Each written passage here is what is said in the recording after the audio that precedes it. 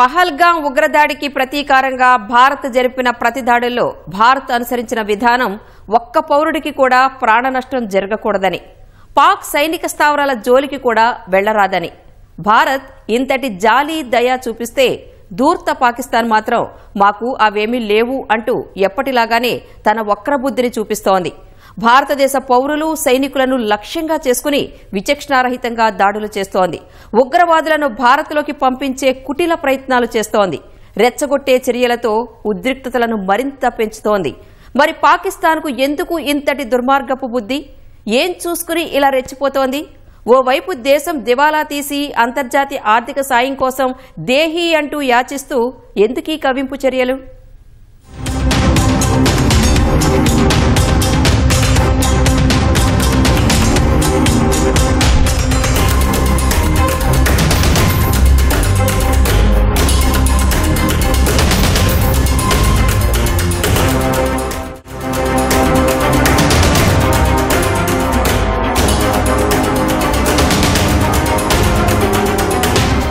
ప్రపంచంలో ఉగ్రవాదాన్ని జాతీయ విధానంగా మార్చుకున్న ఏకైక దేశం పాకిస్తాన్. విచిత్రంగా సైన్యం, ఉగ్రవాదులు భాయి భాయి అంటూ పనిచేసే ఏకైక దేశం కూడా పాకిస్తాన్. ఒక రకంగా ప్రపంచ ఉగ్రవాదానికి రాజధాని పాకిస్తాన్.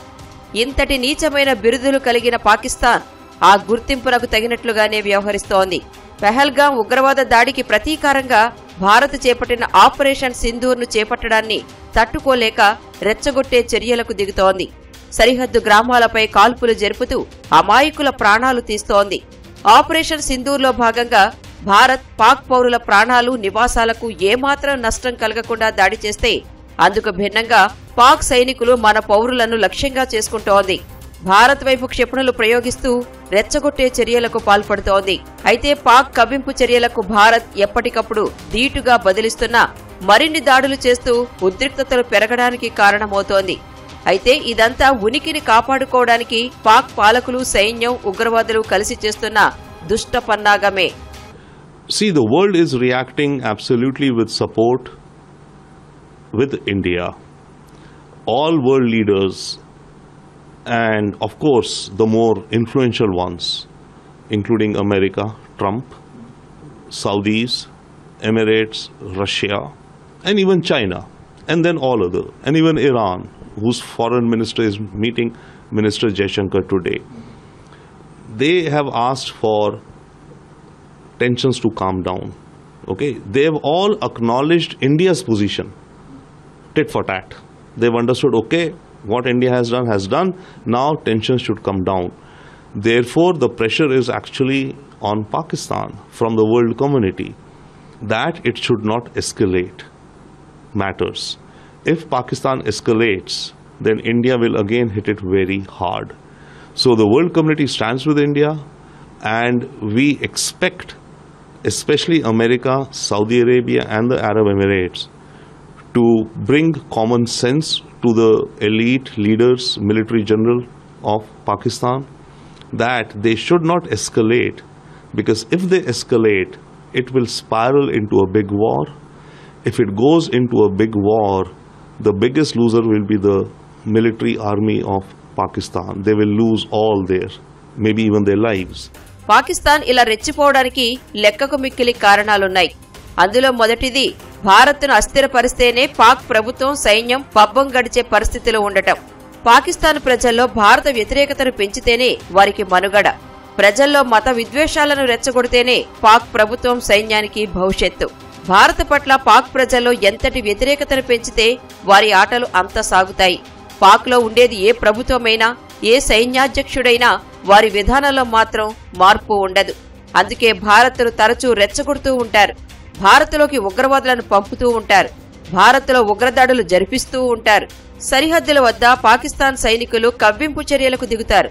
పౌరులు అని కూడా చూడకుండా సరిహద్దు ప్రజలపై కాల్పులకు తెగబడుతూ ఉంటారు. ఇక భారత్ ప్రతిస్పందిస్తే మరింత చెలరేగిపోతుంది పాకిస్తాన్. పహల్గాం ఉగ్రవాద దాడికి ప్రతీకారంగా భారత్ చేపట్టిన ఆపరేషన్ సింధూర్ను సహించలేక ఇప్పుడు కూడా ఆ కోవలోనే రెచ్చిపోతోంది పాకిస్తాన్. తన దుష్ట పన్నాగాలకు మరింత పదును పెడుతూ భారత్పై దాడులకు దిగుతోంది.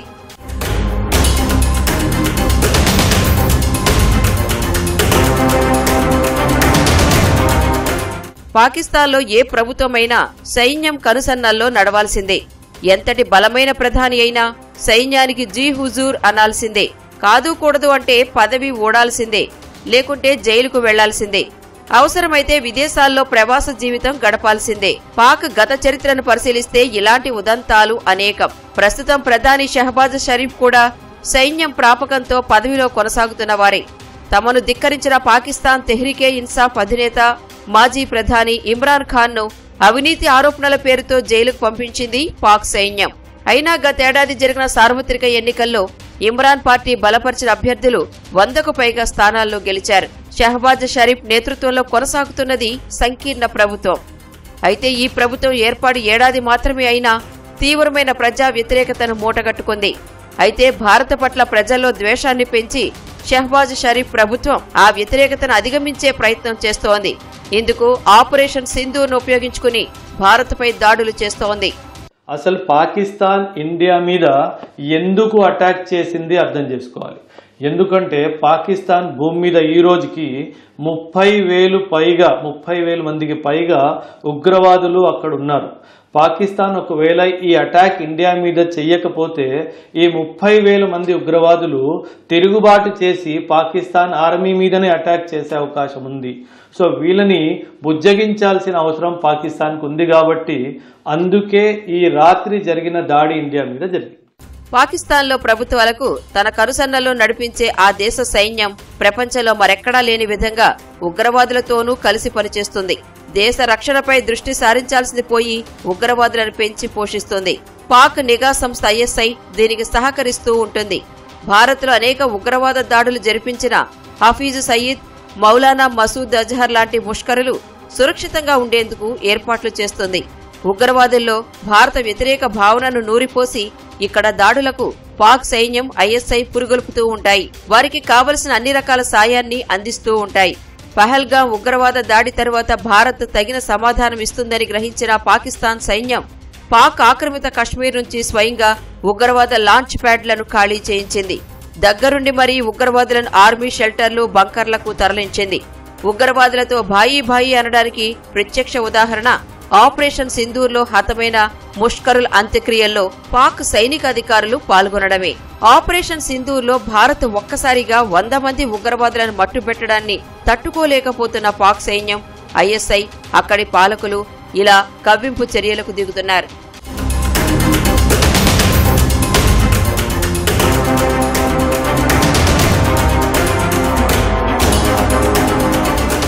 పాక్ సైన్యం పట్ల కూడా అక్కడి ప్రజల్లో వ్యతిరేకత ఉంది. పాక్ సైనిక అధికారుల్లో విభేదాలు ఉన్నాయి. పహల్గాం ఉగ్రవాద దాడికి ముందు భారత్పై నోరు పారేసుకుని ఉగ్రవాదులను రెచ్చగొట్టిన పాక్ ఆర్మీ చీఫ్ అసీం మునీర్ దాడి తరువాత ఎక్కడా కనిపించలేదు. ఆయన నుంచి ఏ ప్రకటన కూడా రావటం లేదు. అసీం మునీర్ సురక్షిత ప్రాంతానికి తరలి వెళ్లారని లేదా కుటుంబంతో కలిసి విదేశాలకు పారిపోయారని వార్తలు వచ్చాయి. అసీం మునీర్ కు ఇతర సైనికాధికారులతో విభేదాలు ఉన్నాయని, ఆయన అనుసరిస్తున్న విధానాలను వారు తీవ్రంగా వ్యతిరేకిస్తున్నారని కూడా అంటారు. ఈ సమస్యల నుంచి ప్రజల దృష్టి మళ్లించేందుకు పాక్ సైన్యం భారత్ మీద దాడులు చేస్తోందనే ఆరోపణలు ఉన్నాయి. అంతా బాగుంది అని నమ్మించేందుకు భారత్ పట్ల రెచ్చగొట్టే చర్యలకు దిగుతోంది పాకిస్తాన్ సైన్యం. पाकिस्तान बार बार एस्केलेशन की कोशिश कर रहा है. ये उनके सेना अध्यक्ष जनरल मुनीर की कार्रवाई है. इस समय मुझे लगता है वो जनरल मुनीर का ये इतना फिक्र नहीं है कि वो पाकिस्तान को बचाए, वो अपनी कुर्सी बचाना चाहता है और अपनी कुर्सी के लिए ये हमला आगे करना चाहता है. तो अभी आगे कार्रवाई देखते हैं किस प्रकार से होती है. लेकिन भारत की तरफ से भी उसी प्रकार से उनको मुंह तोड़ जवाब मिल गया है.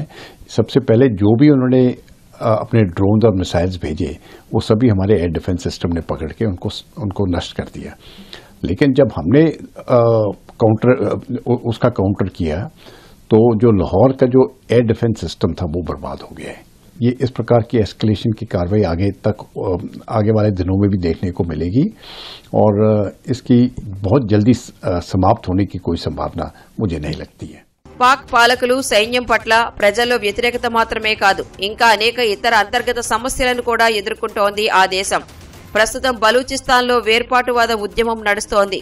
బలూచ్ తిరుగుబాటుదారులు పాక్ సైనికులే లక్ష్యంగా దాడులకు పాల్పడుతున్నారు. ఆఫ్ఘనిస్తాన్ సరిహద్దుల్లో తెహ్రికే తాలిబాన్ ఉగ్రవాద సంస్థ పాక్ ప్రభుత్వానికి కంట్లో నలుసుగా మారింది. ఆఫ్ఘాన్లో తాము పెంచి పోషించిన తాలిబాన్ల నేతృత్వంలోని ప్రభుత్వంతో పాక్ పాలకులకు విభేదాలు ఉన్నాయి.